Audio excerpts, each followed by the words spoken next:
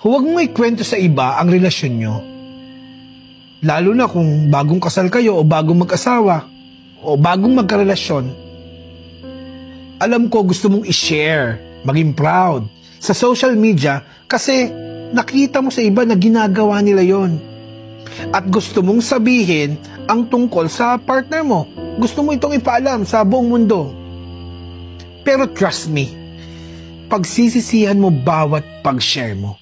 Itago nyo na lang at gawing pribado. Sanay na tayo ng oversharing sa pagbabahagi ng mga bagay-bagay.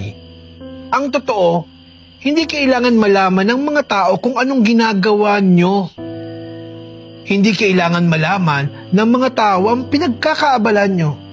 Sa totoo lang, kailangan mong tanungin ang sarili mo.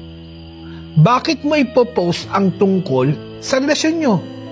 Bakit gusto mong i-share ang tungkol sa ginagawa nyo sa buhay nyo? Mamuhay ka sa kasalukuyan. I-enjoy nyo ang oras nyo together. At maging present kayo sa isa't isa. Hindi yung iniisip mo kung paano magiging maganda ang shot mo, ang video mo, ang moment mo.